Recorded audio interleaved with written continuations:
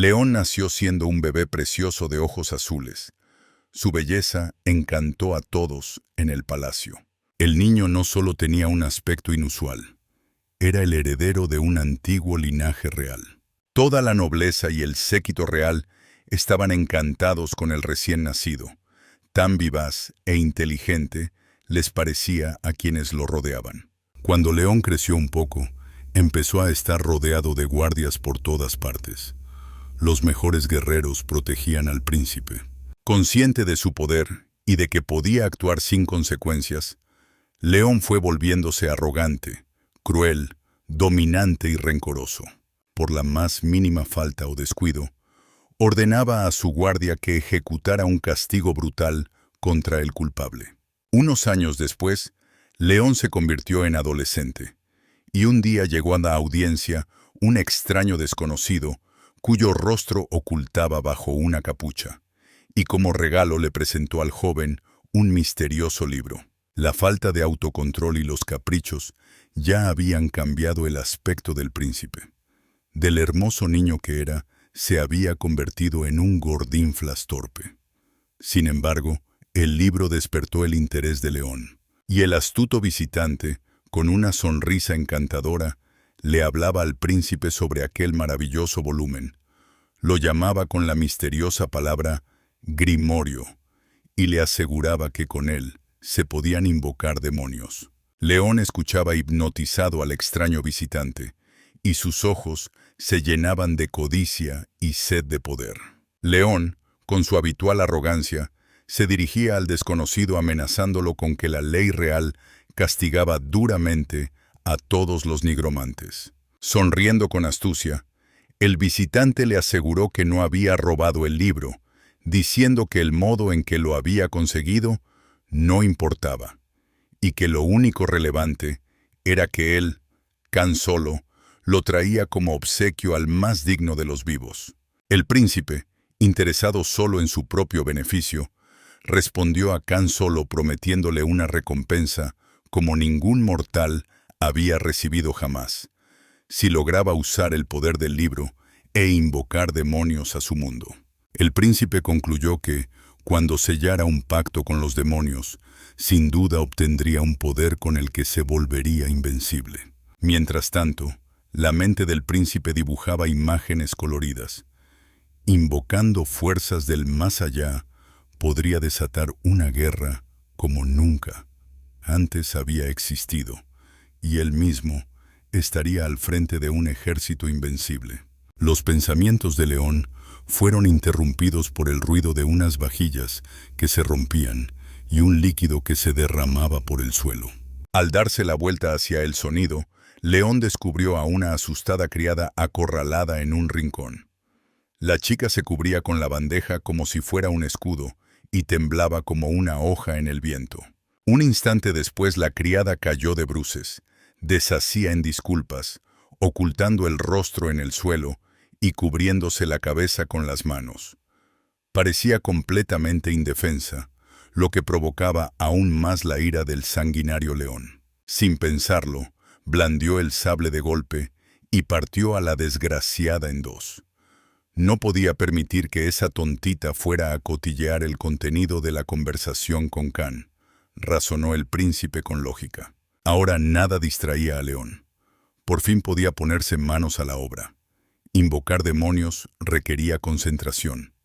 Estos debían obedecer y el contrato había que sellarlo en condiciones favorables. Concentrándose y acomodándose bien, el príncipe descubrió que las páginas del libro estaban completamente en blanco. León empezó a soltar una ristra interminable de insultos. Toda clase de maldiciones caían sobre la cabeza de Can Solo. De repente cayó. Su rostro se retorció en una mueca de desconcierto, y el misterioso Grimorio se elevó por los aires y se quedó flotando junto al techo. León se estiró hacia el libro que levitaba, sonreía con codicia y repetía como un mantra sus ruegos a los poderosos demonios, pidiéndoles que vinieran a su mundo y le entregaran su fuerza. Pero de pronto un espasmo le paralizó los labios. Un dolor agudo le atravesó todo el cuerpo. Sangre brotaba de sus manos. su vientre, sus hombros. El terror envolvía a León, su conciencia se nublaba. Una fracción de segundo después, se desplomó en el suelo. Su voluminoso cuerpo quedó tendido en una postura antinatural, mientras el libro mágico seguía flotando bajo la bóveda de la sala del palacio. De forma asombrosa, el cuerpo de León ya no le pertenecía. Lo habitaba una entidad completamente diferente. Y esa entidad estaba muy sorprendida con lo que ocurría, genuinamente perpleja de cómo podía el sudor correrle así por la piel. Al acercar las manos al rostro, la entidad sintió repulsión. ¡Qué extremidades tan miserables! Y cómo yo, el rey de los demonios, pude acabar atrapado en este mísero cascarón.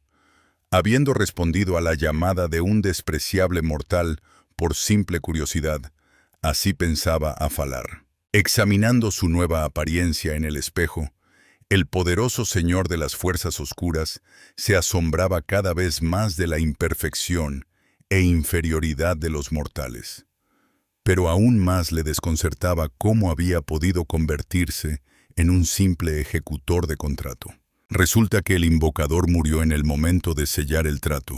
Vaya nigromante. ¿Qué clase de recipiente puede salir de semejante enclenque? Aunque, de todas formas, es descendiente del linaje real y la propia diosa del mar le otorgaba su favor, seguía cavilando frenéticamente a Afalar. Los pensamientos de Afalar eran tan veloces como caóticos. Le perturbaba ese torpe ahogándose en su propia sangre, una muerte indigna de su estirpe. ¡Qué repugnante! Pero por miserable que fuera León, Afalar, como ejecutor del contrato, debía permanecer en el cuerpo del invocador hasta cumplir las condiciones del mismo. Y lo que el difunto había deseado era nada más y nada menos que dotarlo de poder divino y hacerlo señor de todo lo existente. Obligado no solo a habitar el cuerpo de León, sino también a no ser descubierto, Afalar comenzó a familiarizarse con la personalidad y los hábitos de León.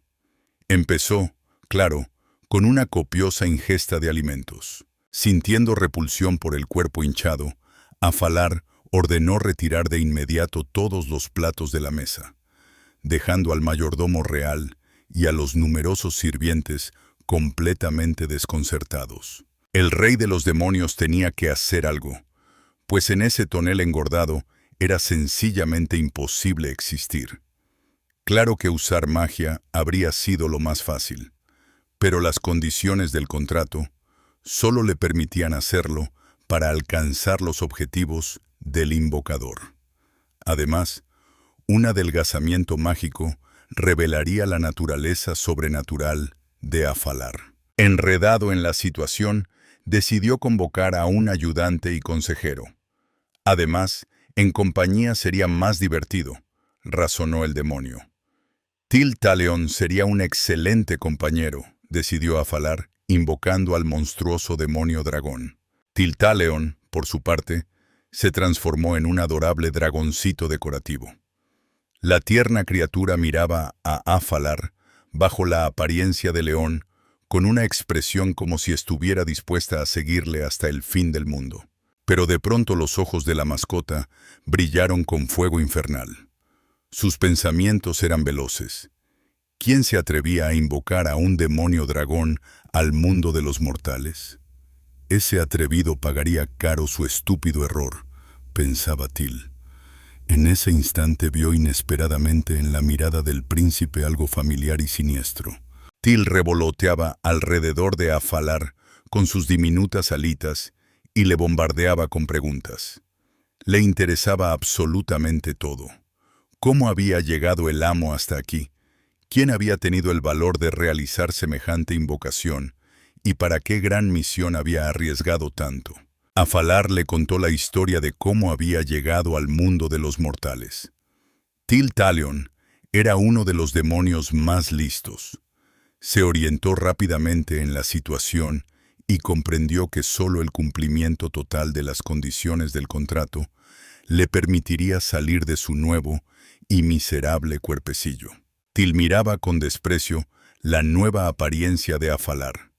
El demonio dragón no entendía cómo ese repugnante mortal había logrado desear dos cosas a la vez, y cómo el Señor pensaba llevarlas a cabo estando tan limitado.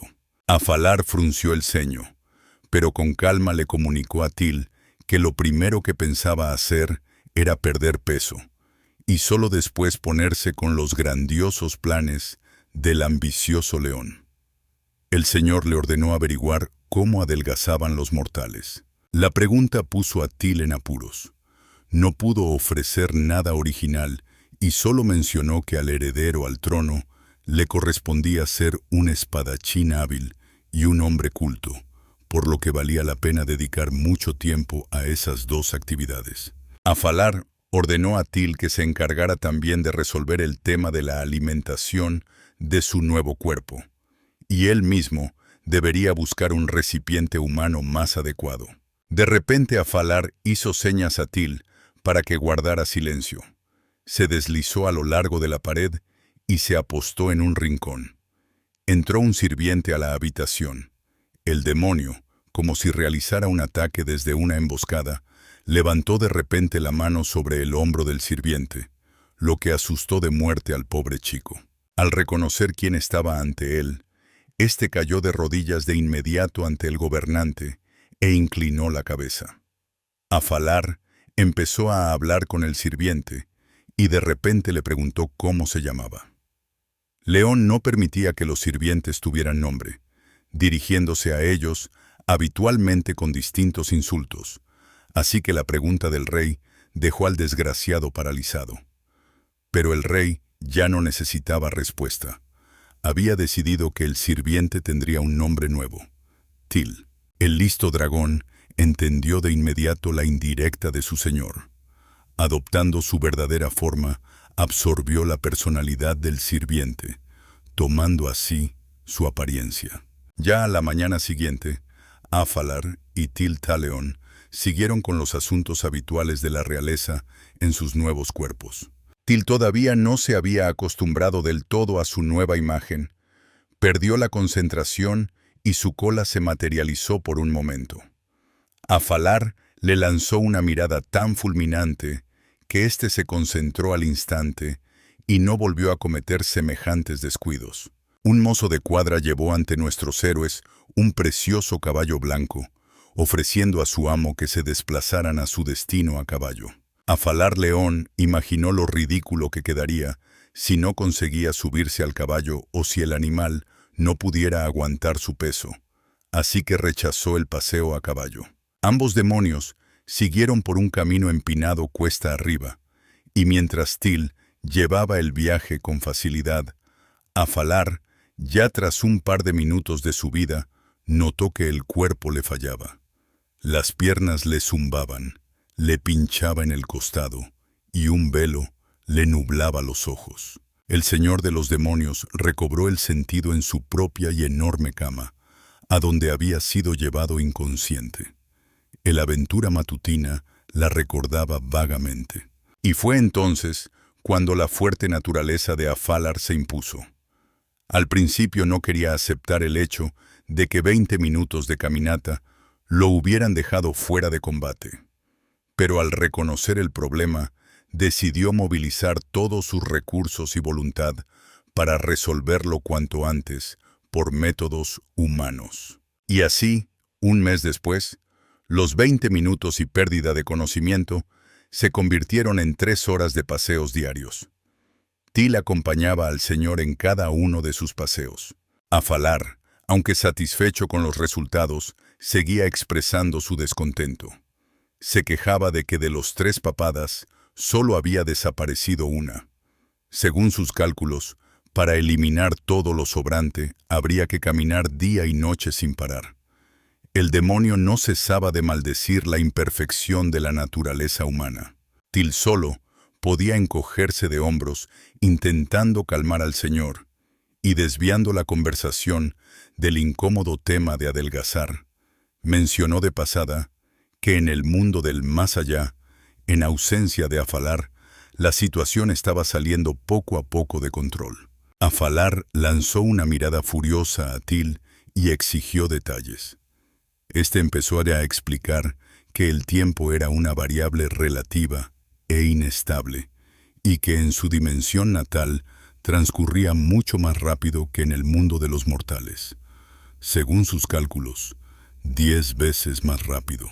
Y aunque Afalar conocía esa particularidad del tiempo en su dominio demoníaco, el recordatorio le provocó irritación y frustración. Para resolver la tarea aún no se había hecho nada, y todo por la glotonería del maldito león.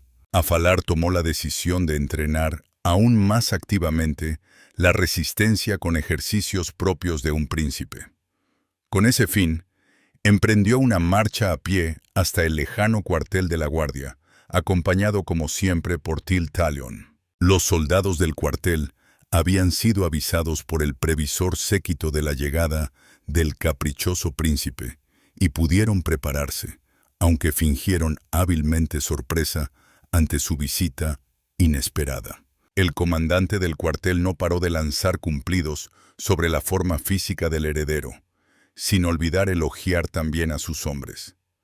Les aseguraba a León que eran de una lealtad excepcional a la corona y que tenían una excelente preparación de combate. El príncipe presenció el entrenamiento de los arqueros. Los movimientos precisos de los jóvenes fueron muy bien valorados por el atento Afalar. Luego la mirada de la realeza se posó en los espadachines. Al terminar los ejercicios, los soldados, envueltos en sus capas de campaña, inclinaron la cabeza a la vez en una respetuosa reverencia. Entre ellos había un luchador que destacaba sobre los demás. Su cabello rubio, su traje inusual, su mirada decidida de ojos claros y su espada de un solo filo despertaron la curiosidad de Afalar. Los ojos del chico eran azules, claro, pero no habría brillado en ellos por un segundo un destello rojizo, demoníaco, pensó para sus adentros el señor sobrenatural. El extraordinario rubio se acercó al príncipe, que estaba en el círculo de los nobles, e inclinó la cabeza con dignidad a modo de saludo. Los altos mandos militares se apresuraron a disculparse. El joven era de baja cuna y no estaba instruido en el ceremonial, y por su humilde origen no sabía cómo debía saludar a un príncipe. El chico era un talentoso espadachín. Había ganado el último torneo y estaba preparándose para tomar el camino de caballero. Un plebeyo que gana un torneo de caballería. Tiene talento, carácter y espíritu, y quizás hasta algo de esencia demoníaca, pensó Afalar. Por sus acompañantes, el príncipe supo que el inusual espadachín se llamaba Harvey Bayrest, y el príncipe anunció en voz alta su decisión. Nombraba al aspirante a caballero Harvey Bayrest como su maestro personal de esgrima. Harvey entrenaría a León y haría de él un verdadero maestro del combate con espadas. Afalar, como de pasada, hizo brillar su espada al sacarla a medias de su lujosa vaina y desnudar la hoja. Con placer captó las miradas de admiración de los presentes y desenvainó el arma por completo.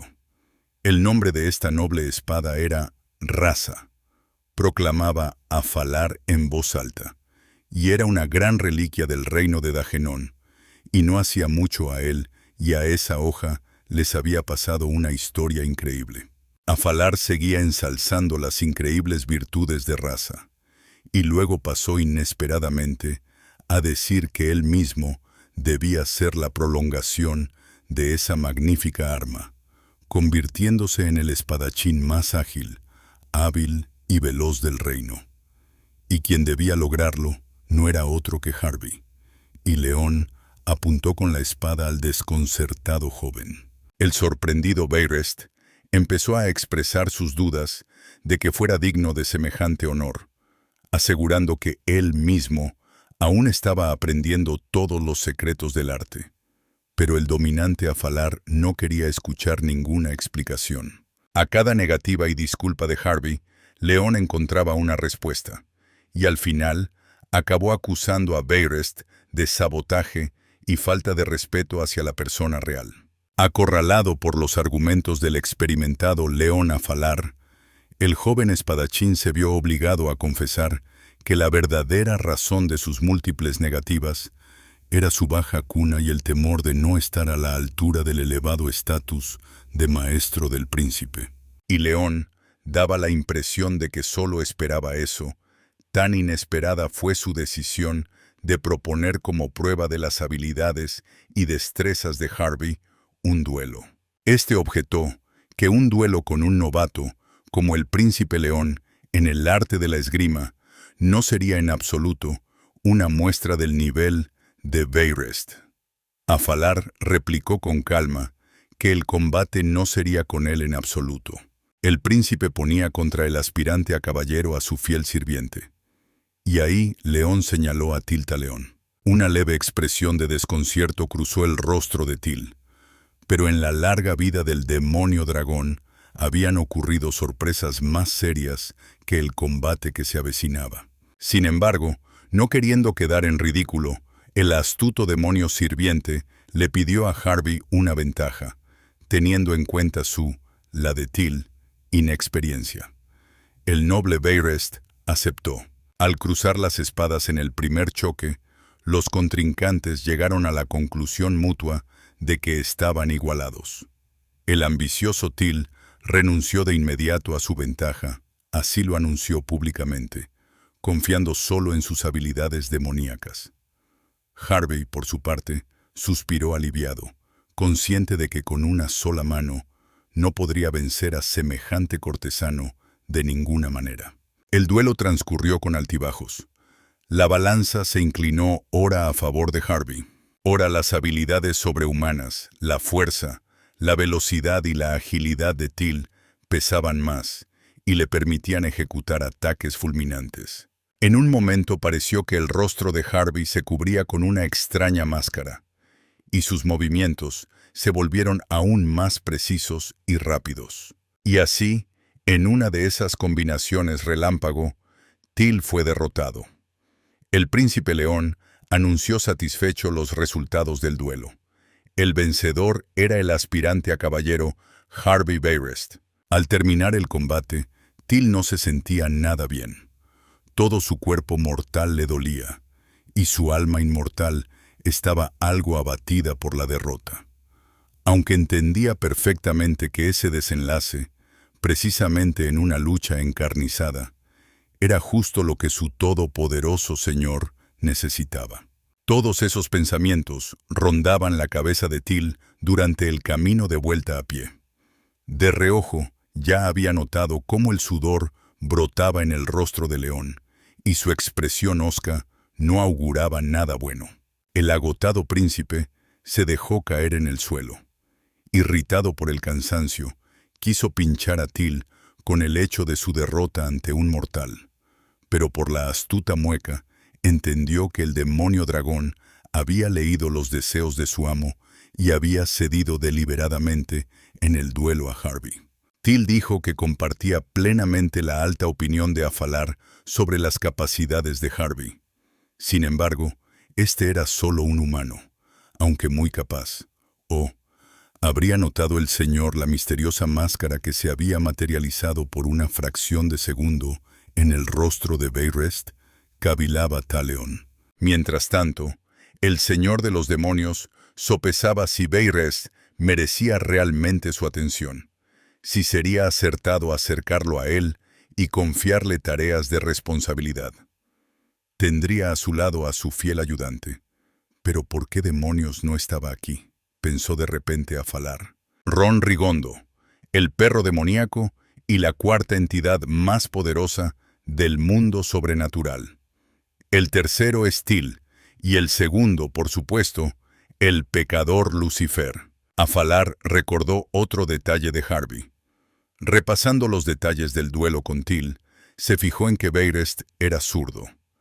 Quizás realmente resultara adecuado como instrumento del príncipe León.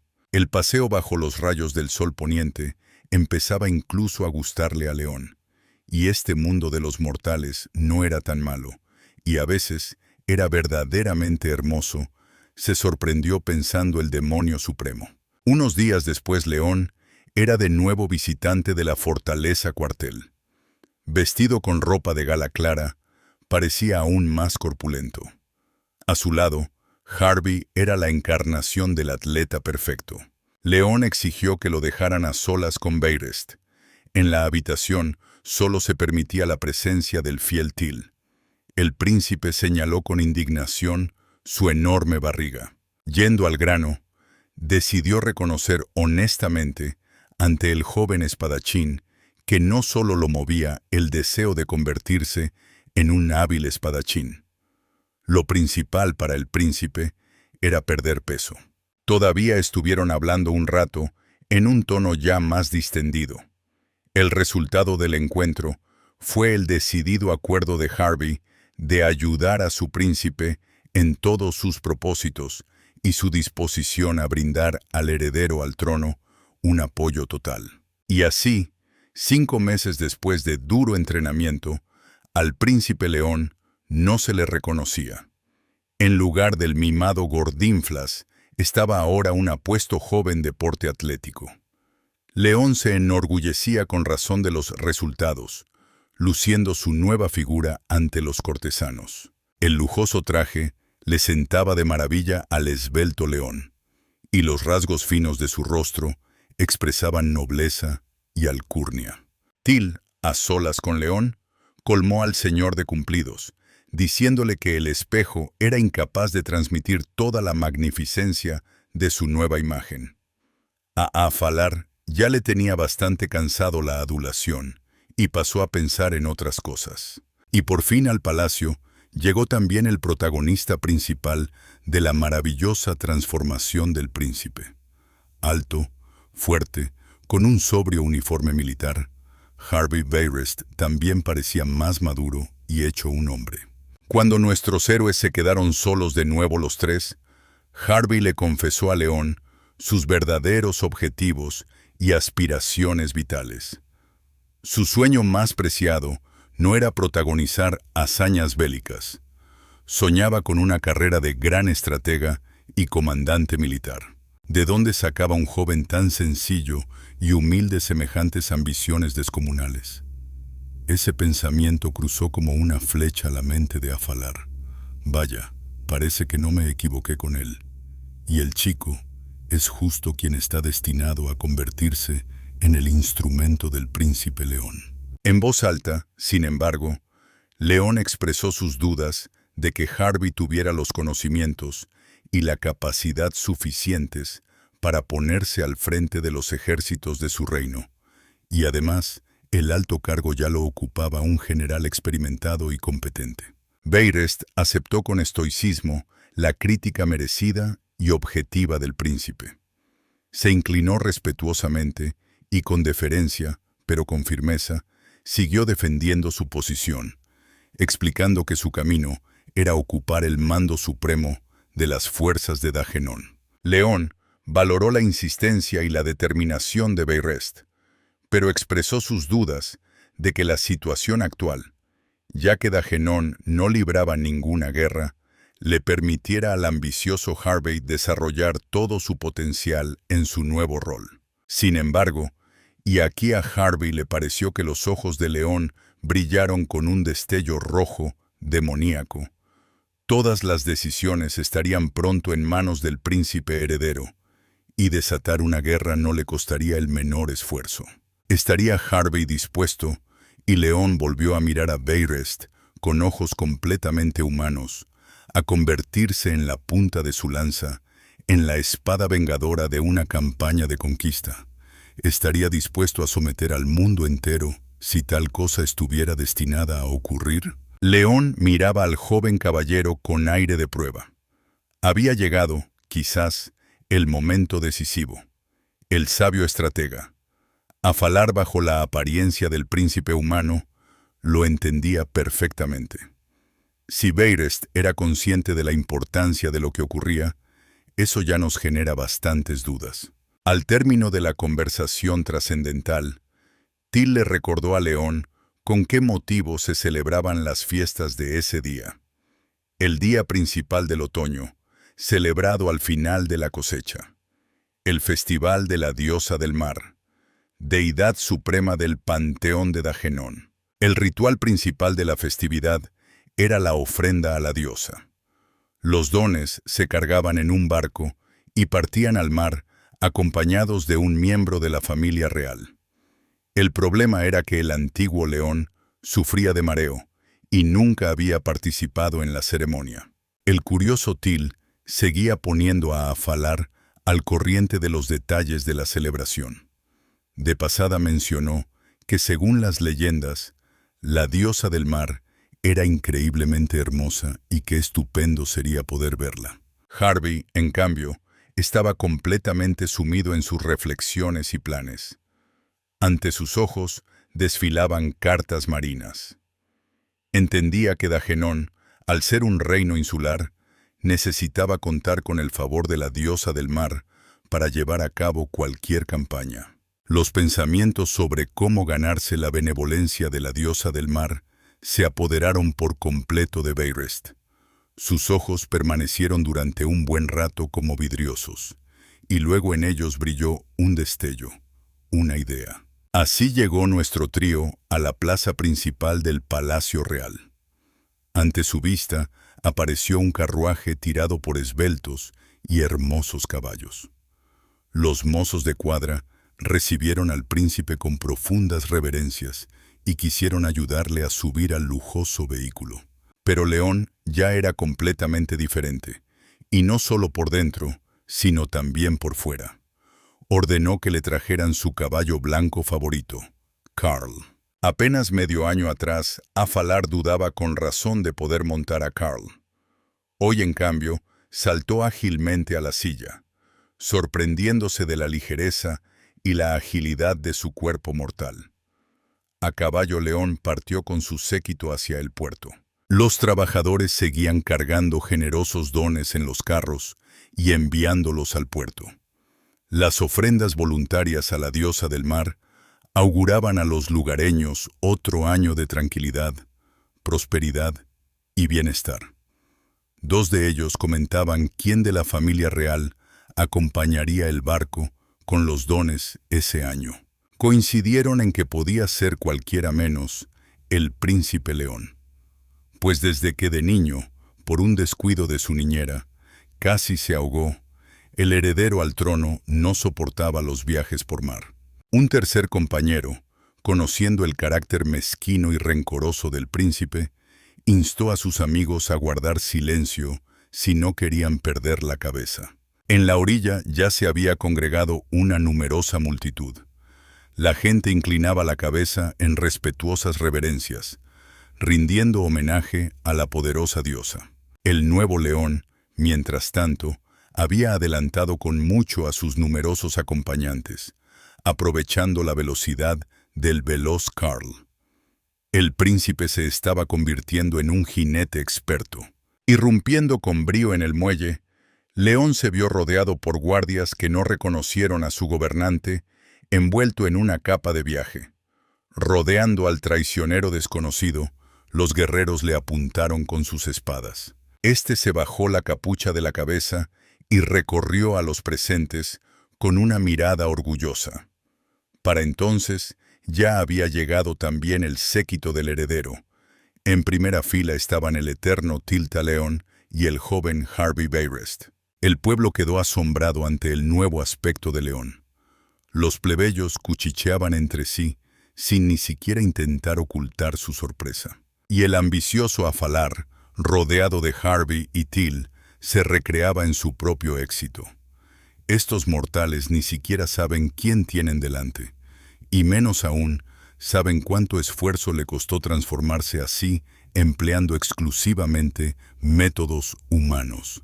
Pero de pronto, León fue visto por su mamá. Su bondadoso corazón se conmovió. ¿Acaso su pequeño había tenido que pasar por tantas privaciones, y por eso había estado esquivando la mirada materna estos últimos meses? El noble rey, comprendiendo los sentimientos de su esposa, la abrazó con ternura, aunque en el fondo estaba, sin duda, muy contento por su hijo. Sin soltar a su esposa del abrazo, el rey ordenó al heraldo que continuara la ceremonia y anunciara quién representaría a la familia real en el viaje por mar de ese año. El heraldo desplegó el pergamino y anunció solemnemente que ese año el barco con las ofrendas para la diosa del mar se confiaba por primera vez al príncipe León. La multitud se alegró y vitoreó. A los súbditos de la corona los animaba no solo el nuevo aspecto del heredero al trono, sino el hecho de que por fin se mostrara interesado y cumpliera con responsabilidad las obligaciones del futuro rey. Afalar, por su parte, observando a la multitud, no sentía nada salvo irritación. Le molestaba la volubilidad de la gente, ya dispuesta a llevarlo en palmitas. Los barcos del reino de Dagenón navegaban no solo a vela impulsada por vientos favorables. Además, los remolcaban los fieles súbditos de la diosa. Gigantescos caballos marinos. Till señaló de inmediato que uno de ellos se parecía al perro demoníaco Ron Rigondo. Harvey se unió a la conversación encubierta. El impaciente león le preguntó enseguida cuánto les quedaba de viaje hasta su destino. Para sus adentros, León reflexionaba que el encuentro con la diosa prometía nuevas perspectivas para su empresa, y que en general sería interesante ver a esa poderosa entidad. Mientras tanto, en las mismas profundidades, la inmortal diosa recordaba quién era el culpable de que sus piernas estuvieran ahora aprisionadas con grilletes mágicos, y esos pensamientos no auguraban nada bueno para el príncipe León. El barco con nuestros héroes llegó al territorio sagrado, y al poco tiempo subió a cubierta un sacerdote vestido con atuendo de viaje. La mención del sacerdote devolvió los pensamientos de Afalar a la memoria de León. Recordó al sacerdote que le había regalado al príncipe el grimorio, y cavilando sobre cómo encontrarlo, lo único que se le ocurría por el momento era registrar cada templo de la diosa en todo el reino. Afalar, fiel a sus costumbres, llamó de inmediato a su lado al leal Till y le ordenó que emprendiera la búsqueda del astuto sacerdote en cuanto regresaran a su palacio. Mientras tanto, en cubierta todo estaba listo para realizar el ritual de invocación de la diosa. La tripulación al completo se había reunido, y todos ocuparon sus lugares según marca la ceremonia. La sacerdotisa de la diosa resultó ser una hermosa chica de cabello rubio. Bajándose la capucha del rostro, se dirigió a León con la pregunta de si podían comenzar, y si él daba su consentimiento para que durante el ritual se empleara el habla de sangre. El príncipe aceptó sin dudar. Antes del viaje se había informado sobre sus obligaciones y la petición de la sacerdotisa, misteriosa a primera vista, le resultaba clara y comprensible. Sacó a rasa de su vaina y se cortó la palma justo en el centro. Luego León, Afalar, se acercó a la borda del barco y dejó caer unas gotas de sangre real desde la palma hacia las profundidades. Al instante, desde las entrañas pareció brotar un potente geyser. Junto a la proa del barco, se disparó hacia arriba un poderoso chorro de agua marina.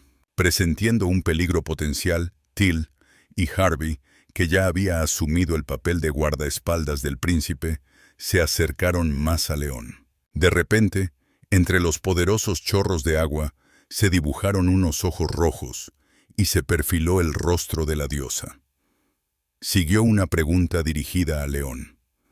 Si era el heredero de sangre de Dagenón, aunque nadie dudaba de que la encarnación de la diosa del mar ya sabía la respuesta de antemano.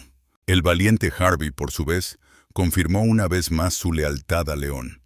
Desenvainando su espada, se lanzó con decisión a defender al príncipe. El resto de los miembros de la tripulación cayeron de bruces, inclinando la cabeza hasta la misma cubierta y sin atreverse a moverse. La sacerdotisa rezaba sus oraciones con fervor arrodillada en el suelo. En Beoda. De repente del chorro de agua apareció una mano enorme que agarró a León con brusquedad, pero ni un músculo se movió en su rostro. Un instante después, ya se sumergía a gran velocidad en las profundidades, aún aprisionado en el gigantesco puño del extraño monstruo marino. Y entonces los ojos rojos taladraron a León. El ser submarino empezó su relato. Supimos que llevaba más de 2000 años en el fondo del mar, y que León, incumpliendo los compromisos asumidos por la familia real, no había comparecido ante la diosa del mar en 15 años. Le mostraron a León unos grilletes de oro y le revelaron el increíble secreto de la diosa del mar. Resultó que estaba allí cautiva, y quien la había condenado a ese triste destino era el soberano de los cielos. León recordó la leyenda de los anillos mágicos, pues con ellos se encadenaba precisamente a los pecadores y se les arrojaba de los cielos a la tierra. Por asombroso que fuera, ante León no estaba la diosa del mar. Quien le había apresado era la zorra celestial, y ahora le acusaba a León de incumplir el contrato sellado entre ella y la dinastía real de Dagenón. León tomó hábilmente la iniciativa en la conversación. Empezó a calmar a la zorra celestial, explicándole que había tenido graves problemas mentales y que ahora todo sería distinto. La visitaría con regularidad, cumpliendo la promesa hecha por sus antepasados. La zorra celestial se mostró visiblemente más amigable, pero seguía recordándole con terquedad la esencia del trato. A cambio de su protección, las visitas de los reyes de Dagenón debían ser regulares. Claramente percibía la naturaleza no humana del príncipe. Aunque la esencia de Afalar no pasó desapercibida a la zorra celestial, sus dotes diplomáticas aplacaron su ira.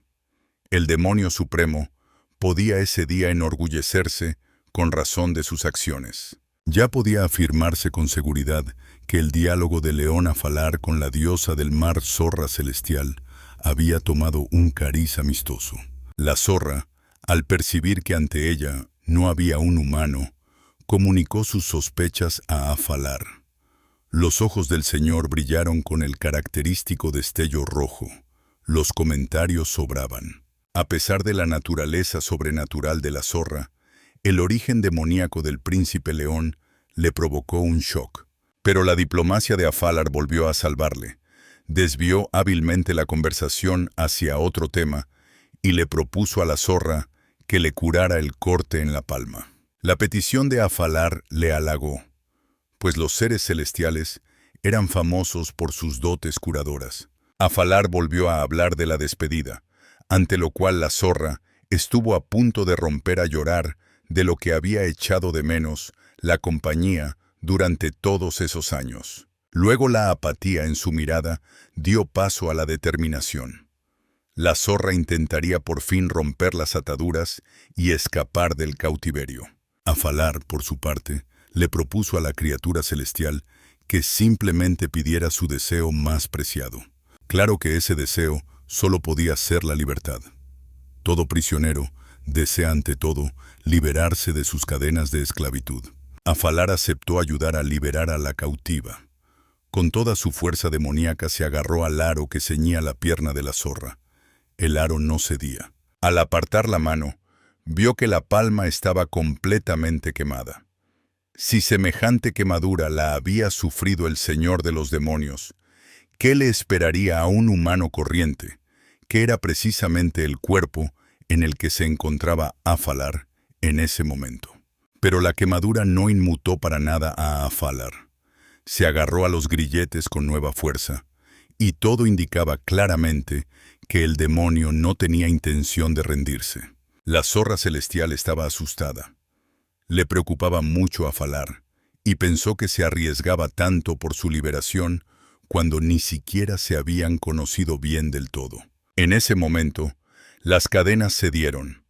Salieron disparadas en todas las direcciones, y el fondo alrededor de la cautiva quedó sembrado de restos de grilletes de oro.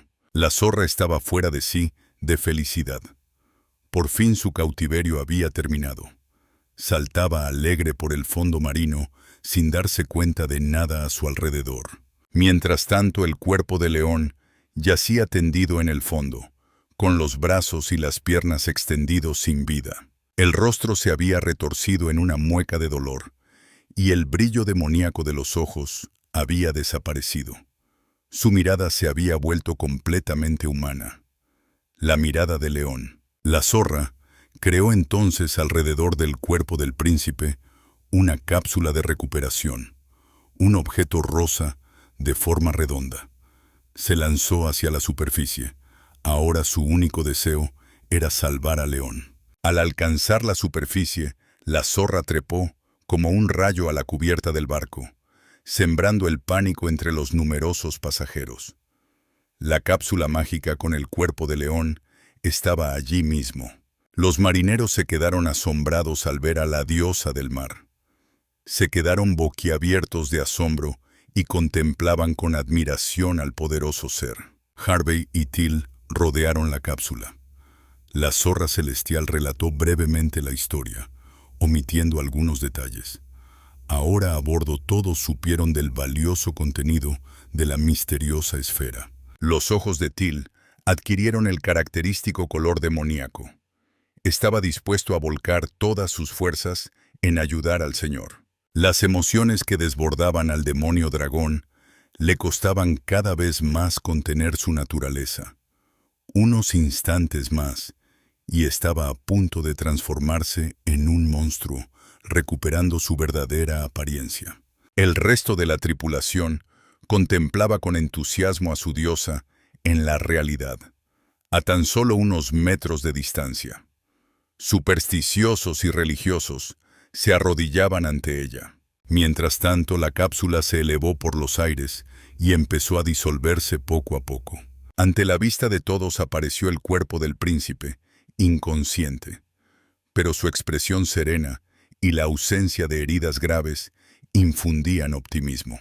Harvey llegó antes que nadie junto al heredero al trono. Se inclinó sobre su señor con angustia. Al comprobar que León respiraba, no tardó en transmitir la buena noticia a todos los presentes.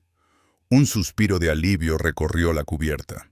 Las mujeres, encabezadas por la sacerdotisa de la diosa del mar, no disimulaban sus emociones. Muchas de ellas, al conocer más de cerca al nuevo León, ya habían llegado a querer al joven heredero. La zorra celestial seguía mirando el cuerpo del príncipe con cierta inquietud. Esos mismos sentimientos se transmitieron a Harvey, que no se separaba de León ni un segundo.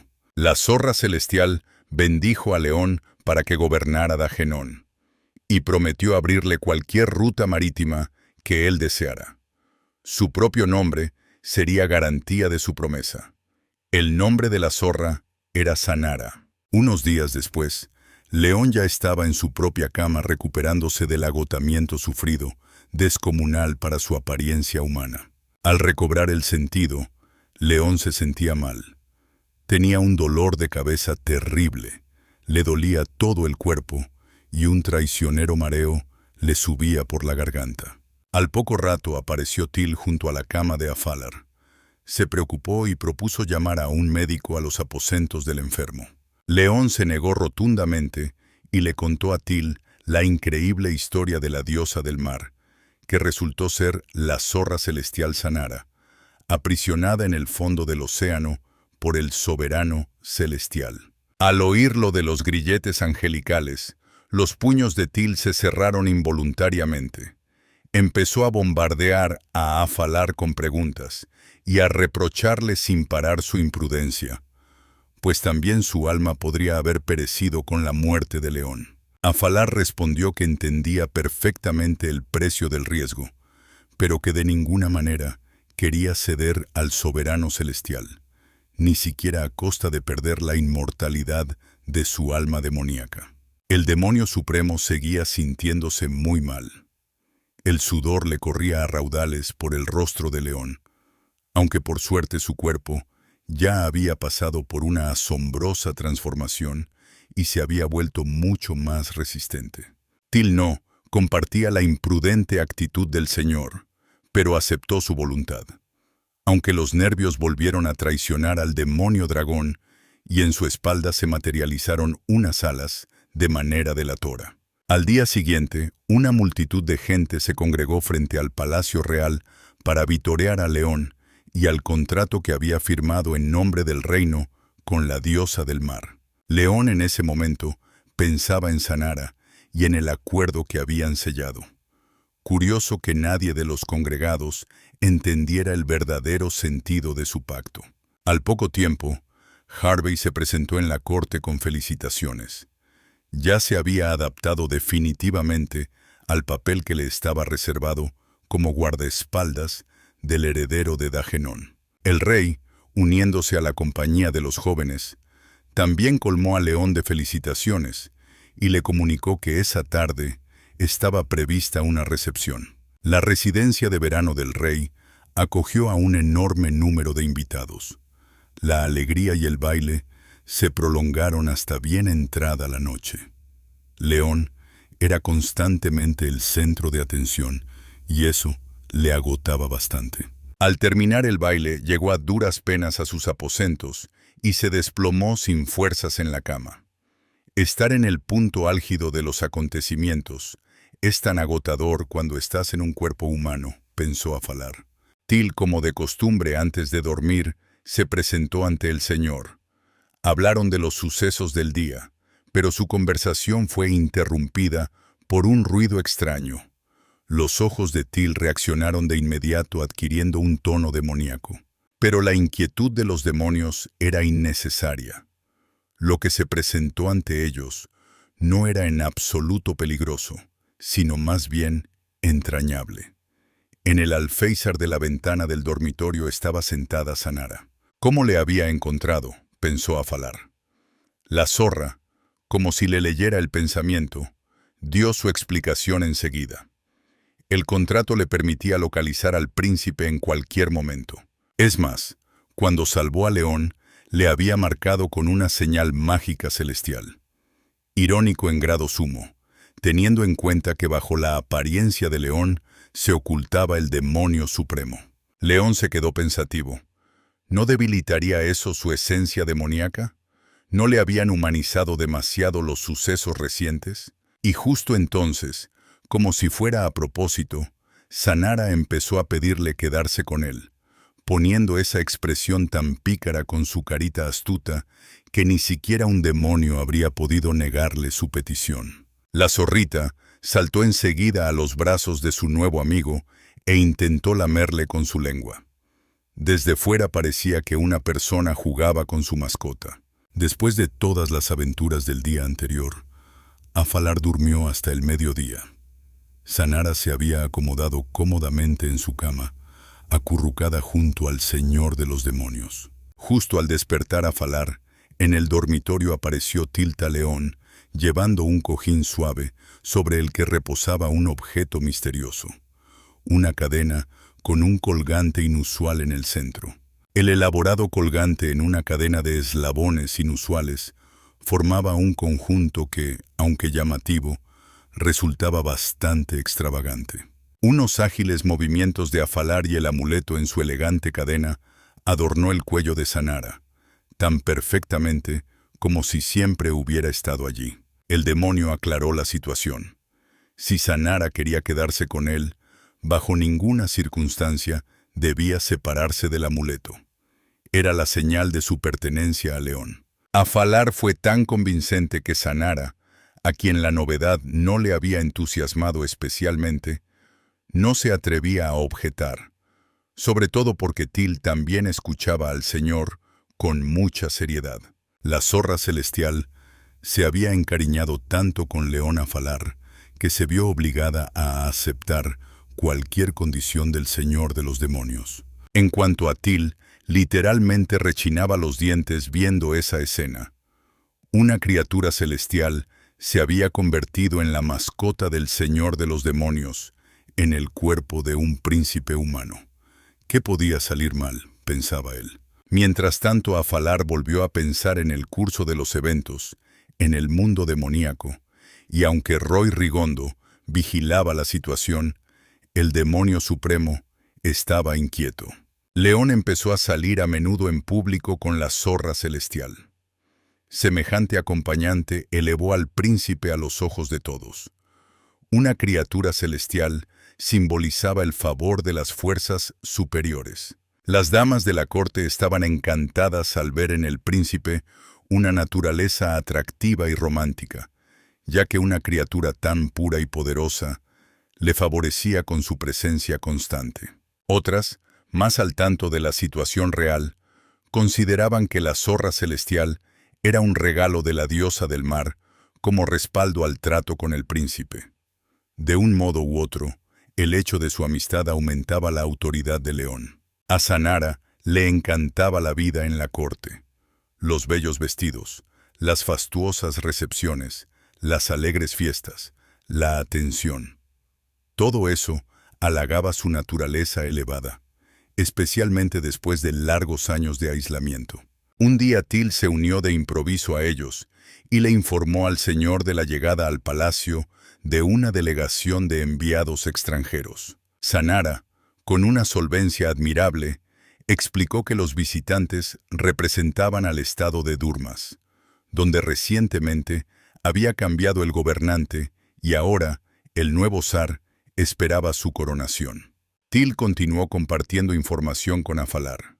Contó que el zar, según los rumores, había ganado el derecho al trono matando a todos sus parientes más cercanos. Afalar se interesó por la ambiciosa personalidad del futuro zar de Durmas y mostró vivo deseo de reunirse con la delegación de enviados. Todos se dirigieron a la sala de audiencias. El rey se informó por sí mismo y luego leyó en voz alta la solicitud de los embajadores. Era una invitación oficial a la coronación del zar de Durmas para la Casa Real de Dagenón. Cumpliendo con el protocolo diplomático, los embajadores, tras entregar el documento oficial al gobernante, se inclinaron en una respetuosa reverencia y esperaron humildemente la respuesta. Esta no tardó en llegar. El rey decidió que había que batir el hierro mientras está caliente y que, ya que León mostraba tanto interés por la vida del heredero, sería muy útil encomendarle la misión diplomática. La decisión del rey dejó a los embajadores casi sudando. Hasta el lejano Durmas no habían llegado noticias de la maravillosa transformación de León. Allí seguían considerándole un gordinflas infantil. Cuando ante ellos apareció el esbelto y elegante León, con un porte verdaderamente regio, los visitantes extranjeros quedaron impresionados. En esas mismas posturas arrodilladas, saludaron ya al príncipe, que había sustituido a su padre como representante oficial de la familia gobernante de Dagenón en la audiencia. Y ya en privado, León compartió con los enviados su conocimiento sobre su país, asegurándoles que tenía mucho oído hablar de Durmas, famoso por su ejército bien organizado y su gran cantidad de valerosos guerreros. El príncipe irradiaba literalmente confianza en sí mismo y en sus propias fuerzas. La inminente visita a la capital de sus belicosos vecinos no le inquietaba en absoluto. Es más, aguardaba con alegría el momento esperado. Pero entonces Afalar León recordó su relación con su madre, imaginó la sentimental despedida y la angustia de la reina. Esos pensamientos le hicieron estremecerse al demonio. Sanara miraba a su nuevo amigo con comprensión. Aunque sus naturalezas eran muy distintas, un demonio y una criatura celestial, la ausencia de familia unía a estas especies, opuestas en todo lo demás. León, entretanto, estaba en un estado de ánimo serio. Le exigió a Sanara que renegara del soberano celestial, pues éste la había derrocado y aprisionado en el fondo del mar. Sanara renunció sin dificultad a su antiguo señor, dejando también su esencia celestial en el pasado. Ahora estaba del todo del lado de los demonios. Til, por su parte, volvió a redirigir los pensamientos del señor hacia su dominio, expresando de nuevo su preocupación por la larga ausencia de Afalar en el mundo demoníaco. El señor de los demonios se puso serio y se entristeció de inmediato. Se notaba que también a él le inquietaba la situación en sus tierras natales, y aunque Ron estaba en su puesto, no era él el verdadero señor del reino de los demonios. Till manifestó de inmediato su disposición a regresar y comprobar la situación personalmente. Sin embargo, a Falar, con aire pensativo, propuso primero estudiar la información disponible a distancia. En primer lugar, le interesaban los indicadores demográficos. A Falar conjuró un hechizo. El suelo de sus aposentos se abrió y ante nuestros héroes apareció un portal al mundo demoníaco. Zanara contemplaba hipnotizada las acciones del demonio supremo. Al cabo de unos instantes del portal, surgió un antiguo volumen de naturaleza claramente mágica. El libro emanaba una energía oscura indefinible y un poder místico increíble. Afalar manejaba el volumen con tal destreza que parecía una sola cosa con él. El libro obedecía por completo a su dueño. Se veía claramente cómo el demonio absorbía literalmente la información de él. Al cabo de unos minutos, cerró el grueso libro de golpe y aseguró haber consultado todos los datos necesarios. También comunicó que los indicadores principales estaban dentro de lo normal. Luego les contó a Till y a Zanara que había recibido el libro de su predecesor y que al principio lo había considerado absolutamente inútil, pero que al aprender a usarlo había comprendido todo su poder. De repente, Afalar se quedó literalmente paralizado con el libro en las manos. Miraba la portada con ojos ausentes, y se notaba que sus pensamientos estaban en algún lugar muy lejano. Luego, saliendo del estupor, Afalar abrió el libro y empezó a hojearlo, aparentemente de forma caótica, buscando la información que necesitaba. Dejando el libro a un lado, Afalar conjuró un hechizo que provocó cambios en el espacio alrededor del Señor de los Demonios. Estaba muy concentrado. Era evidente que la acción le costaba mucha energía. Y así en sus manos se materializó un nuevo libro. La portada era una copia exacta de la anterior, solo que en un color distinto, y el contenido de momento solo lo conocía Afalar. Pero compartió el secreto del nuevo volumen con Zanara y Till. El libro oscuro contenía información sobre los tratos con demonios, y el claro sobre las relaciones de Afalar con criaturas de otra naturaleza. El señor de los demonios sorprendió a Zanara al comunicarle que el libro claro contenía por el momento solo un registro, y ese registro era el contrato sellado entre ellos. Till abrió el libro solemnemente ante la zorra para que ésta comprobara con sus propios ojos la veracidad de las palabras de Afalar. La actividad del demonio dragón no se apagó con eso, y éste, con curiosidad, le propuso a Afalar que pensara un nombre adecuado para el nuevo libro mágico. El señor de los demonios se quedó pensativo. Existe el libro del registro de seres celestiales y, por supuesto, el demoníaco, del que ya hemos hablado en varias ocasiones. Y el nuevo libro llevará el nombre de su creador, el Libro de León. Así lo bautizó Afalar con orgullo su nueva creación.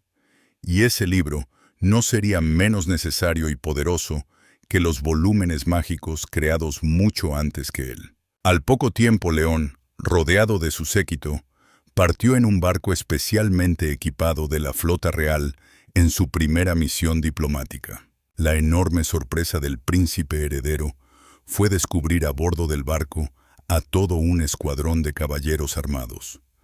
Tenían el aspecto de una unidad bien entrenada y coordinada. Este hecho explicaba por qué la reina parecía tan tranquila antes del viaje, cuando hasta entonces se angustiaba terriblemente por su hijo, incluso antes del viaje más corto y seguro. Afalar empezó a interrogar a Harvey sobre lo que su guardaespaldas sabía de los misteriosos guerreros. Afalar no obtuvo mucho. Era la Orden de la Esmeralda, y su misión era garantizar la protección del príncipe. La mente práctica del Señor de los Demonios encontró de inmediato una excelente utilidad para la nueva fuerza.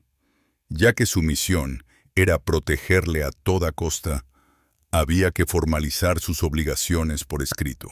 León ordenó a los guerreros de la Orden de la Esmeralda que se formaran en cubierta con Harvey al frente y escucharan con atención sus primeras instrucciones. Todos debían inscribir sus nombres en su libro de León, como súbditos leales. Los caballeros, acostumbrados a obedecer sin rechistar las órdenes de los miembros de la familia real, cuya custodia era su misión principal, no percibieron ninguna trampa en la disposición del príncipe. León sostenía el libro con el brazo extendido y seguía instruyendo al escuadrón de caballeros puesto a su disposición, reforzado con su guardaespaldas personal, Harvey Bayrest. El rostro de éste expresaba cierto desconcierto. No estando familiarizado con las costumbres de la corte, se quedó algo desconcertado, mientras el resto de los guerreros no mostraban ninguna emoción.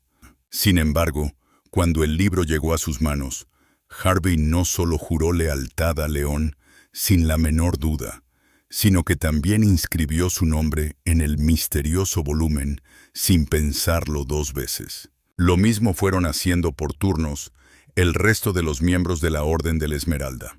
Luego León les ordenó a los guerreros que bajaran a sus camarotes. Pero en la ejecución de esta orden, aparentemente inofensiva, se percibía un automatismo que hasta entonces no les era propio. León se frotaba las manos, satisfecho con su habilidad. Conocía perfectamente las propiedades del libro. Ahora ninguno de los guerreros podía resistirse a sus órdenes, fuera lo que se le antojara desear. El barco con León y el numeroso séquito que acompañaba al príncipe llegó a la bahía de la capital de Durmas. El barrio portuario tenía un aspecto muy imponente y organizado. En los edificios circundantes ondeaban los estandartes de Durmas. Sobre fondo azul marino había un escudo del que se ramificaban dos alas blancas. Por todo se notaba que los lugareños sentían orgullo por su estado. León, acompañado de Harvey y Till, bajaba por la estrecha pasarela. En la orilla, al príncipe le esperaba una guardia de honor compuesta por militares de Durmas. Se les había encomendado la custodia y escolta de la delegación. A cierta distancia, había un grupo de curiosos. Hasta los oídos del príncipe llegaban vítores entusiastas. Su llamativo aspecto y su inusual cabello púrpura despertaban la admiración de los habitantes de Durmas. Till, que no se apartaba ni un paso de León, compartía con él sus observaciones y le susurraba al oído consejos sin parar. Harvey centraba su atención en garantizar la seguridad del heredero. La parte anfitriona se había preparado a la perfección para recibir a los ilustres invitados. A León le esperaba un espléndido carruaje tirado por magníficos caballos. El espectáculo era verdaderamente grandioso. Uno de los criados, vestido de lacayo, se dirigió al príncipe con una reverencia de bienvenida y le comunicó que lo llevarían a la residencia especialmente preparada para su llegada. El edificio, de estricto estilo arquitectónico gótico, tenía un aspecto monumental. En general en todo Durmas se percibía solidez y organización. Los aposentos del príncipe eran lujosos. Una habitación enorme de techos altos, amueblada con excelentes muebles. El criado que acompañaba a León, a tono con el interior, también tenía un aspecto impecable. El ánimo de Sanara era extraordinariamente alegre y juguetón. No paraba de elogiar el maravilloso Durmas, y no dejaba de parlotear sobre sus grandiosos planes para los próximos días. Los pensamientos de León, en cambio, estaban completamente ocupados con cosas muy distintas. El número y la organización del ejército, la estructura de la sociedad, los sistemas bancario y fiscal, el derecho y el autogobierno local. Tenía que estudiar Durmas por dentro. Sanara, al ver el estado de ánimo de León, comprendió que sus sueños de diversión en compañía del príncipe, que tanto le había llegado a gustar, no iban a hacerse realidad, y que el viaje para él tenía un carácter estrictamente profesional. León se despertó temprano. Había dormido estupendamente, se vistió solo sin llamar al lacayo y se acomodó en el enorme y acogedor sillón, sumergiéndose de nuevo por completo en sus pensamientos. Al poco tiempo llegó Harvey, visiblemente preocupado, y le informó de que Sanara había salido a dar un paseo por la capital. La noticia inquietó al príncipe. Recordó la conversación de la noche anterior. Comprendió que había sido descuidado y frío con su nueva amiga, y que las naturalezas sensibles de los seres celestiales son muy vulnerables. Cayó en la cuenta León. El decidido y diligente Harvey propuso de inmediato ir a buscar a Sanara sin demora. Estaba convencido de que los miembros de su delegación no debían andar solos por Durmas. León, en cambio, de repente se animó. Por todo se notaba que le había venido una nueva idea que le había gustado. Los ojos del príncipe brillaron con un destello travieso, aunque plenamente humano. Se dirigió con decisión a donde estaba su séquito, los guerreros de la Orden de la Esmeralda, y les comunicó de manera categórica que aunque su mascota se había perdido, saldría a buscarla solo. La rotundidad y la brusquedad del príncipe desconcertaron a los dagenonenses. Sin embargo, su tono, que no admitía réplicas, no dejaba ni siquiera pensar en cuestionar la decisión del heredero al trono. La capital de Durmas resplandecía con nuevos colores a la luz del sol. El estilo austero y estricto de los edificios se volvía de repente cálido y acogedor. En el aire flotaba literalmente una atmósfera de confort. La aparición de Sanara en las calles no podía pasar desapercibida. Los ciudadanos la seguían con miradas entusiastas. Los niños señalaban alegremente con el dedo a su paso. Un grupo de chiquillos vivaces se enganchó detrás de Sanara, acompañando literalmente cada uno de sus pasos. A la criatura celestial le halagaba la atención general. Los más atrevidos de la pandilla de chicos rodearon a Sanara y empezaron a bombardearla con todo tipo de preguntas, propuestas de amistad e incluso de convertirse en su mascota. Sin embargo, a pesar de su bondad y su carácter alegre, los niños le aburrieron pronto a Sanara. ¿Qué podían saber ellos de ella y de su misión en Durmas? Además, en el fondo la zorra echaba de menos a León. Un instante, y Sanara desapareció del campo de visión de los niños, dejándolos a solas con sus sueños imposibles de tener tan inusual mascota. La zorrita, libre al fin de sus insistentes seguidores, eligió un rinconcito acogedor en los escalones de un bonito edificio y se deleitaba contemplando los elegantes edificios mientras se entregaba a sus ensoñaciones. Qué estupendamente lo pasaría en compañía de León. Sanara no encontraba respuesta a por qué se había encariñado tanto con el príncipe.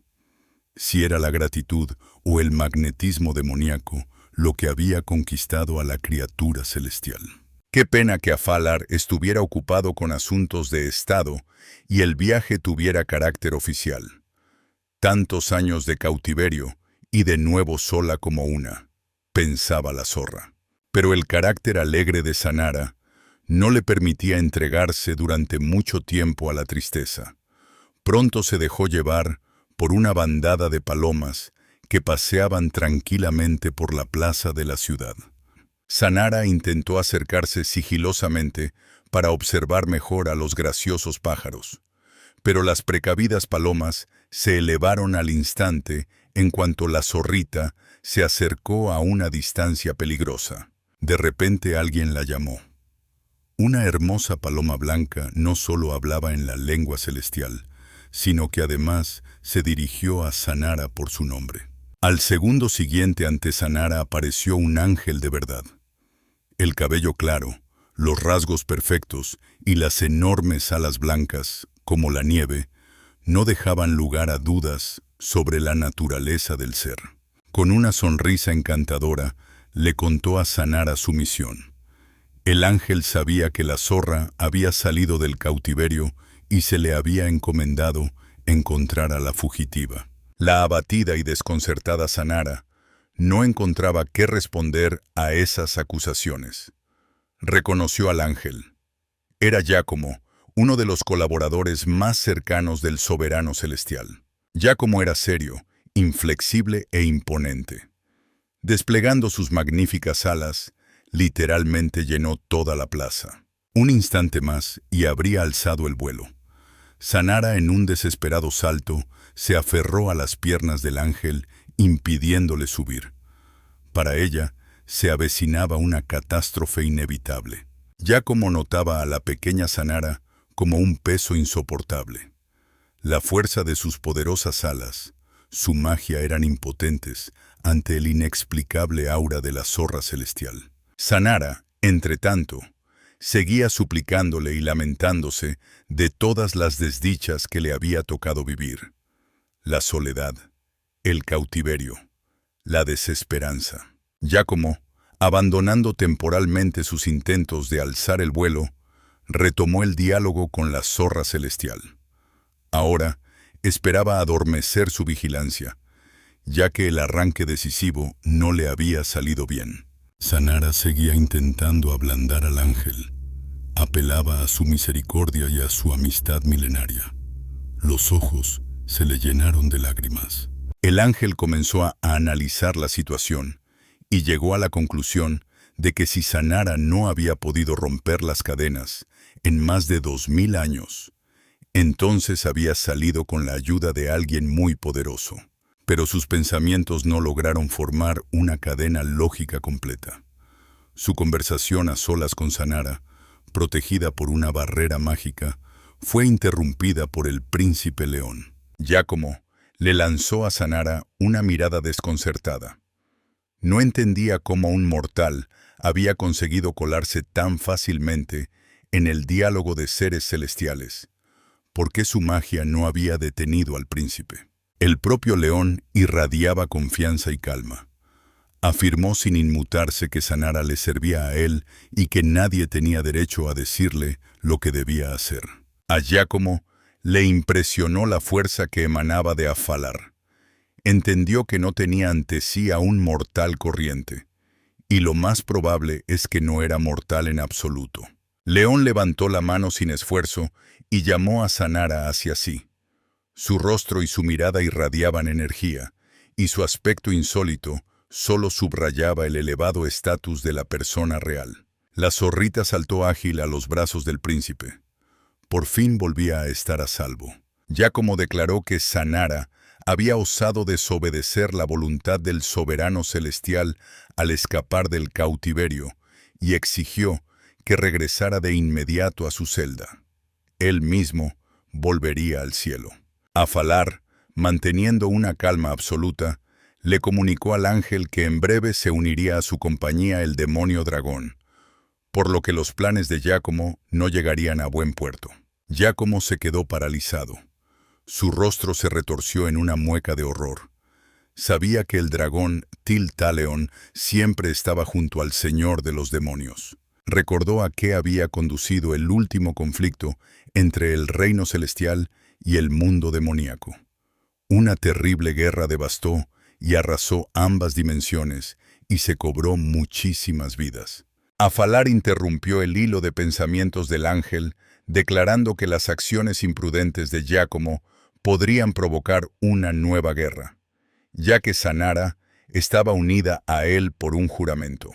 La propia Sanara le comunicó al ángel que había formalizado el contrato con Afalar, marcándolo con una señal celestial.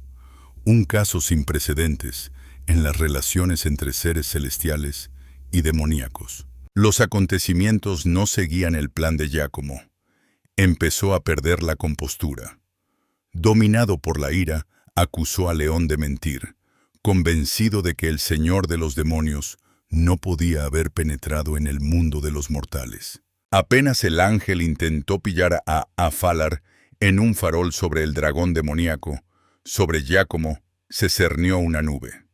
De repente quedó bloqueado del sol por el poderoso cuerpo de alguien. Al cabo de unos minutos, en la plaza, se creó una estampa asombrosa. Sobre el cuerpo del ángel tendido en el adoquín, se inclinaba un joven de cabello púrpura con una zorrita en brazos. Sin duda, aunque Giacomo no quisiera creer esa amarga verdad, aquel chico con la melena púrpura y la zorrita era la encarnación del señor de los demonios, Afalar. Sanara permanecía junto al cuerpo de Giacomo con cara de preocupación.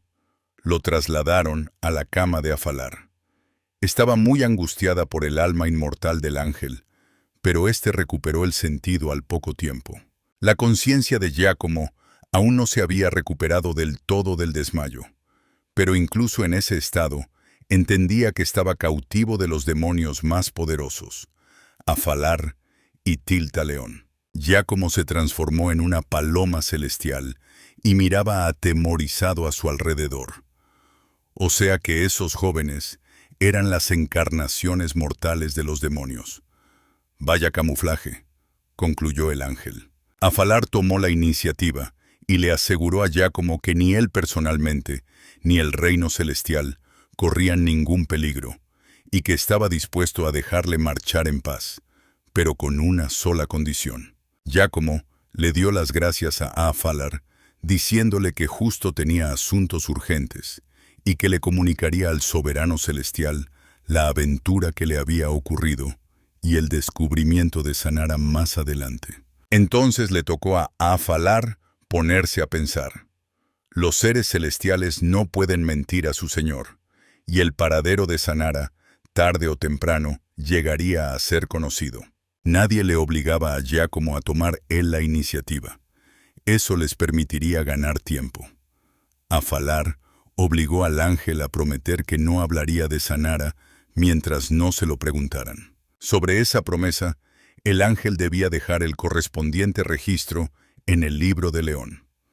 Fue de esa astuta manera como Afalar se hizo con el alma de otra criatura celestial. Sin prever ninguna trampa, Giacomo firmó el contrato en el libro.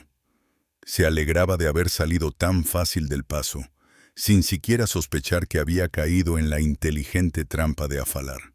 El servicial Til le mostró de inmediato el nuevo registro del libro a su señor, y el propio astuto Afalar era ahora dueño de una nueva y poderosa alma de luz. Esa noche había caído en la red un ángel, y al segundo siguiente de los labios de Afalar brotó la primera orden para Giacomo. En cuanto el soberano celestial supiera de Sanara, éste estaría obligado a informar al demonio. Til, Afalar y Sanara salieron juntos a la enorme terraza y siguieron durante un buen rato con la mirada al palomo Giacomo mientras se alejaba volando. Sanara estaba muy contenta de que la aventura hubiera acabado así para ella. Sin embargo, la despedida de Giacomo, aunque éste había tenido intención de delatarla, entristeció a la zorra celestial. Su estado de ánimo no pasó desapercibido al perspicaz Afalar, quien le reprochó a Sanara que le tuviera lástima al ángel, cuando éste era frío y severo con ella. La acusación hirió a Sanara. Primero se enfadó un poco, luego calmándose, le aseguró a Afalar su lealtad incondicional. Ella no era como ese ángel tan correcto. Al señor de los demonios le halagó el fervor con que Sanara le declaraba su amistad. Él mismo, durante las últimas semanas, también se había encariñado mucho con la divertida y entrañable zorrita. Unos días después nuestros héroes, acompañados por los guerreros de la Orden de la Esmeralda, partieron de viaje por las tierras de Durmaz. Til y León iban en un acogedor carruaje, los demás a caballo. Harvey se acercó a la ventanilla del carruaje y habló con Afalar. Le contó al señor de los demonios que en el camino se encontrarían con un puente fantasma muy especial. Til también estudiaba los atractivos locales y contó que el puente brillaba en la oscuridad y que se llamaba Fantasma porque en realidad era completamente transparente. Siguiendo con su entretenida conversación, el demonio dragón disfrutaba del viaje acomodado cómodamente en los mullidos asientos del carruaje real. León reflexionó que su ya querido reino de Dagenón no podía presumir de semejantes refinamientos arquitectónicos. El maravilloso puente despertó la curiosidad del demonio. Mientras tanto, Til seguía brillando con su erudición y sus conocimientos.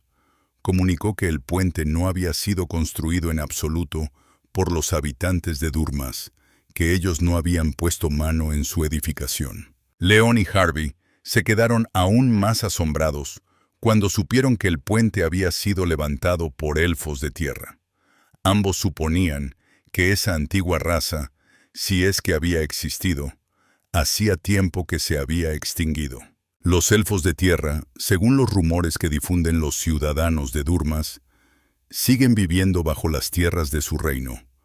Los lugareños los protegen con cuidado y no perturban la paz de esas criaturas mágicas. Construcciones similares al maravilloso puente siguen apareciendo en el reino a día de hoy. Si su autoría pertenece realmente a los elfos o es una bonita leyenda, no se sabe con certeza. Y el aspecto de los elfos de tierra, según palabras de supuestos testigos, es muy mono y curioso. Tienen el tamaño de una persona, pero con rasgos felinos en el rostro y alas de mariposa. Entre tanta conversación fascinante, Afalar y sus acompañantes no se dieron cuenta de que por fin habían llegado a las puertas que conducían al puente. Estaban vigiladas con cuidado por guardias. Afalar con Sanara, Til y Harvey, que se había unido a ellos, entraron al puente a pie. Los carruajes tenían prohibido el acceso, y el resto continuó a caballo como venía. Afalar se preguntó que, si el puente tenía naturaleza mágica, ¿cómo era posible que los carruajes que pasaran por él pudieran dañarlo? Los elfos de tierra y sus habilidades fascinaban al señor de los demonios. Harvey y León andaban codo con codo. La superficie del puente parecía envolver suavemente sus pies. Afalar sintió por primera vez el miedo que emanaba de su, hasta entonces, intrépido guardaespaldas. Afalar no señaló directamente su observación a Harvey. Solo dijo que si alguien iba por delante, significaba que ya había superado ese tramo sin problemas y que el camino era perfectamente seguro. Aproximadamente a la mitad del puente, los viajeros se fijaron en una bandada de palomas que volaba sobre sus cabezas. Son de nuevo los mensajeros del soberano celestial, pensó Sanara. La zorrita se asustó de que le hubieran enviado de nuevo espías. El soberano celestial no abandonaba sus intentos de capturar a Sanara y encerrarla en la oscuridad completamente sola. Afalar, sin perder el tiempo, ya le estaba dando instrucciones a Til. Al demonio dragón se le encomendó localizar a los elfos de tierra. Til expresó sus dudas de que debiera alejarse del Señor cuando estaban bajo la vigilancia de seres celestiales. No quería delatarlos a todos, adoptando su verdadera apariencia. Ya empezaba a exponer sus sólidos argumentos a Afalar, pero éste no prestó atención al demonio dragón y volvió a sumergirse en sus propios pensamientos. Al cabo de unos minutos se inclinó hacia Sanara y tendió suavemente la mano hacia el amuleto que llevaba la zorra en el cuello. Esta, confiando plenamente en León, solo le miraba con devoción. El amuleto empezó al instante a emitir un característico resplandor rojizo. Afalar, sonriendo con astucia, concluyó que ahora Sanara no tenía nada que temer. Estaba bien protegida de los seres celestiales. Til decidió emprender la búsqueda sin adoptar su apariencia de dragón. Llegó a la ciudad más cercana y quiso empezar preguntando a los lugareños sobre los elfos de tierra.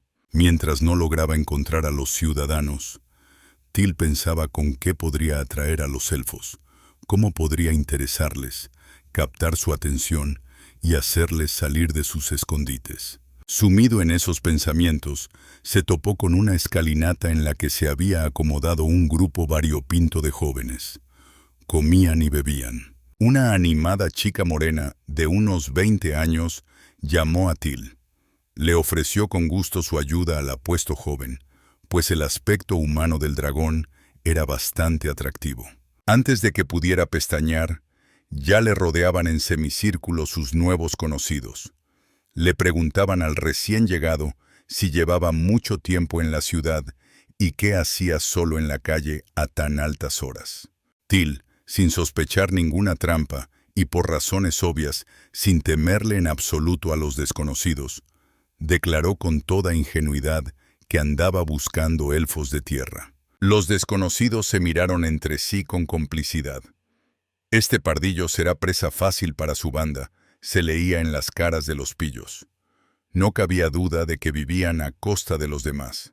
Taleón, como si tal cosa, seguía haciendo el papel de chico crédulo.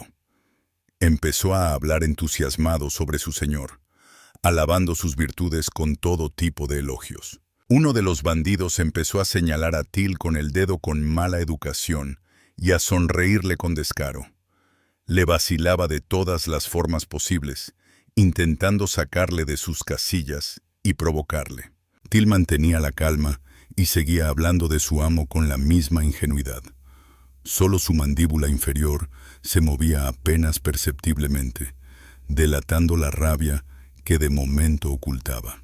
Ese mismo tipo descarado fue llevando poco a poco la conversación hacia el dinero, afirmando que la información es una mercancía como cualquier otra y que tiene su precio. Por fin los lugareños lograron su objetivo. Creyeron que habían adormecido la atención del tonto sirviente. Le habían hecho sacar la bolsa y acercarse lo suficiente.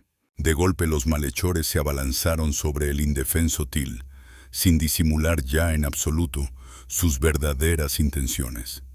Con las caras ocultas, tras máscaras, no dudaban de su impunidad. Y en un momento, la bolsa de la mano inerte de Till fue a parar al jefe de la banda. La cabecilla era la chica. El propio cuerpo mortal del demonio dragón yacía en medio del callejón sin sentido. La chica, rodeada de sus cómplices, abrió la sencilla bolsa. Los bandidos no esperaban en absoluto encontrar dentro un contenido tan impresionante. La feucha bolsita estaba llena hasta los topes de piedras preciosas, diamantes, rubíes, esmeraldas, zafiros e incluso brillantes. El botín superó las esperanzas más audaces de la banda. Ya hacían planes de futuro, imaginando cómo cambiaría su vida en cuanto vendieran las gemas al comprador de objetos robados. Pero de repente alguien llamó a los confiados bandidos por detrás. Ante ellos estaba el mismo palurdo ensangrentado al que tan bien habían robado hacía un momento. Pero los bandidos no habían tenido en cuenta que tras la apariencia del apuesto joven se ocultaba uno de los demonios más poderosos, y éste ya no contenía su rabia. La cola del dragón pugnaba por salir. Al cabo de unos segundos, la descarada bandita ya estaba envuelta y ahogada, como una boa, por la cola del demonio dragón. Los demás miembros de la banda corrieron la misma suerte. Habiendo despachado a los desafortunados delincuentes, Till recuperó su apariencia humana, se limpió la sangre de la cara y luego se lamió despacio el dedo manchado. Un giro brusco y ante su vista aparecieron dos niñas pequeñas. Sus caras tenían rasgos felinos y en sus espaldas se movían suavemente unas elegantes alitas. Ahí estaban, las elfas de tierra. Saliendo de su escondite, las pequeñas corrieron hacia Till, aunque parecían asustadas. Las niñas le dijeron al demonio que tenía toda la cara llena de sangre, como si eso fuera una novedad para él. Till, con aire de suficiencia, le contó a las jóvenes elfas que había decidido encontrarlas usando el método inverso. Sabía que ellas odiaban la sangre. Al oír lo de la sangre, las elfas cambiaron de expresión. Una mezcla de miedo, incomprensión y repulsión se reflejó en sus hermosos rostros. Y Till continuó. Dijo que sabía que las elfas vendrían seguro a limpiar la sangre que tanto aborrecían. así que había representado el papel de víctima ante los desafortunados ladrones, dejándoles que le golpearan. Till recogió del suelo la bolsa y se dirigió de nuevo a las niñas, diciéndoles que su contenido no era nada casual. Sabía no solo lo que no soportaban los elfos, sino también lo que adoraban. Y así, la codiciada bolsita, que tan contenta había puesto poco antes a los ladrones fracasados, estaba lista para pasar a las delicadas manitas de las elfas de tierra. Las elfas, aunque tenían aspecto de niñas, no eran tan ingenuas.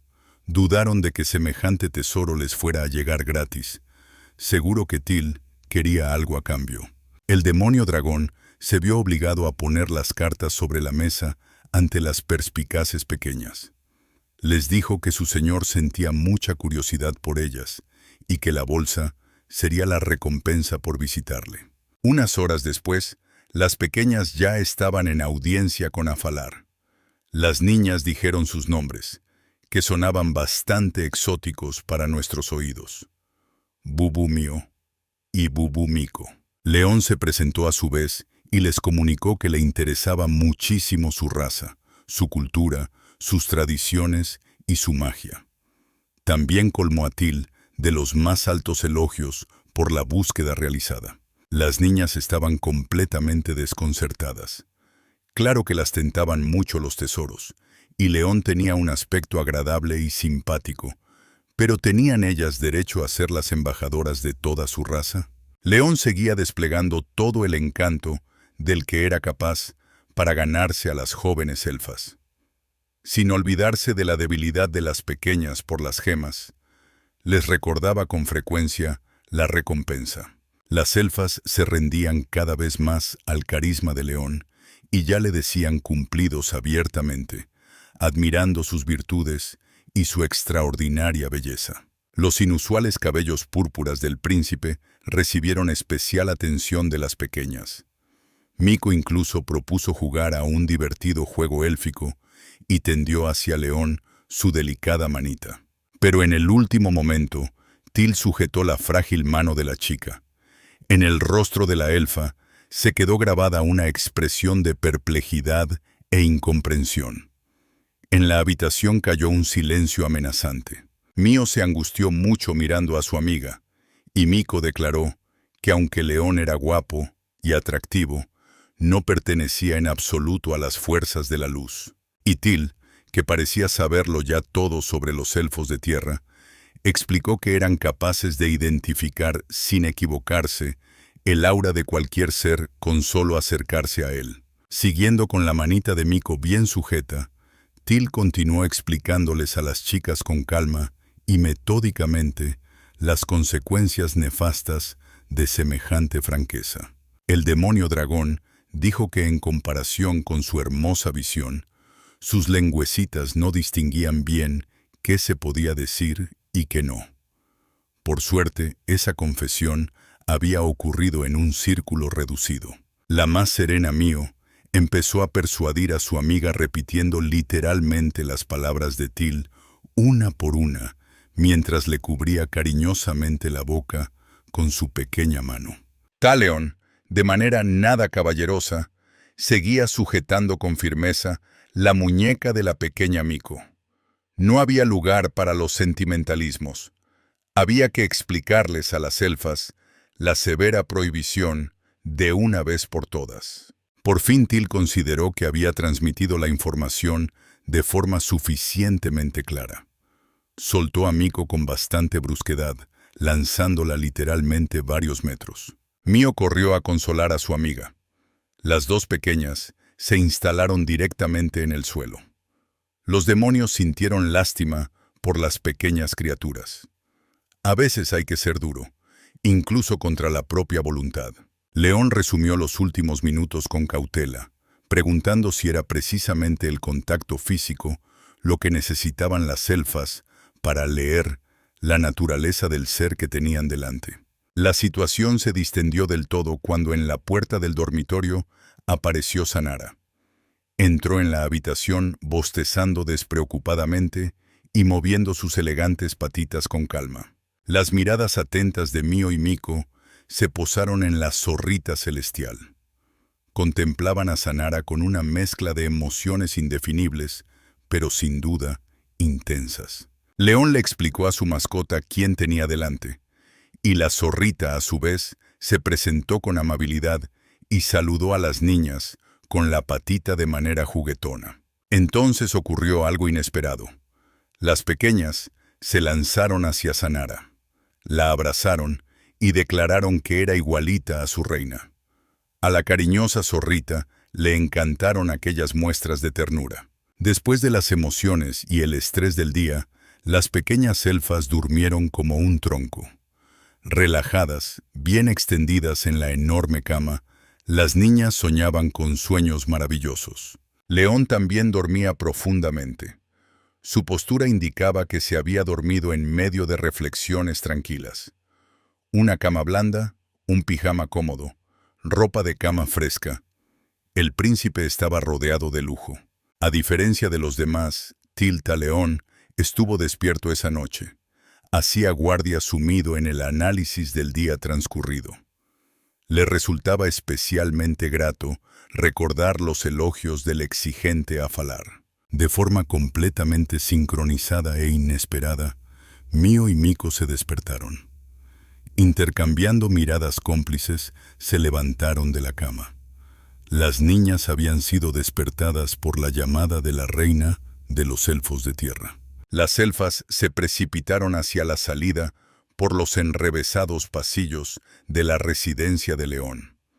Avanzaban velozmente metro a metro, revoloteando con sus elegantes alitas. Sin embargo, el vigilante Til no había hecho guardia en vano. El demonio dragón cortó el paso a las fugitivas, declarando que solo podían abandonar el palacio con el permiso de León. Entonces las niñas cambiaron de aspecto. Sus dulces rostros adquirieron una expresión dura y en sus ojos brillaron chispas hostiles. Siguió la exigencia de que las dejaran salir. Las niñas le explicaron a Til que la reina las llamaba y que estaban obligadas a acudir a su llamada. El demonio propuso coordinar la partida con León, asegurándoles que éste no pondría ningún inconveniente. León se despertó rápidamente en cuanto irrumpió en el dormitorio la delegación nocturna. A pesar de su aparente distanciamiento, pensaba con rapidez y claridad, valorando las opciones posibles. Concluyendo que de todas formas debía reunirse con la reina élfica, consideró sensato seguirles la corriente a las pequeñas y ordenó de inmediato prepararse para el viaje. Al enterarse por las elfas de que esas señales las recibían habitualmente solo en momentos de peligro serio, León descartó todas sus dudas y fingió que se lanzaba a toda velocidad en su auxilio. Se pusieron en marcha a pie.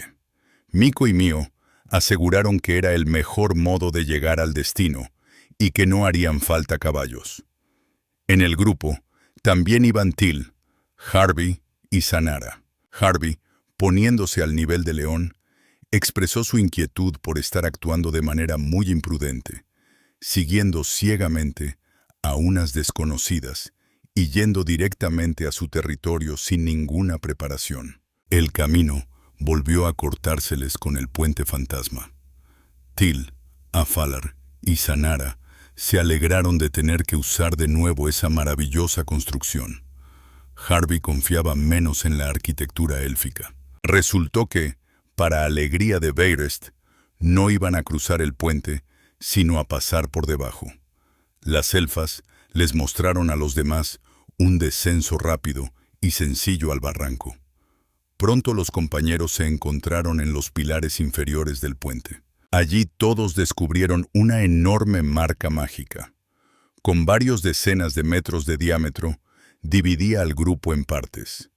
Mío y Mico se situaron una frente a la otra en la circunferencia, y los demás se quedaron más hacia el centro.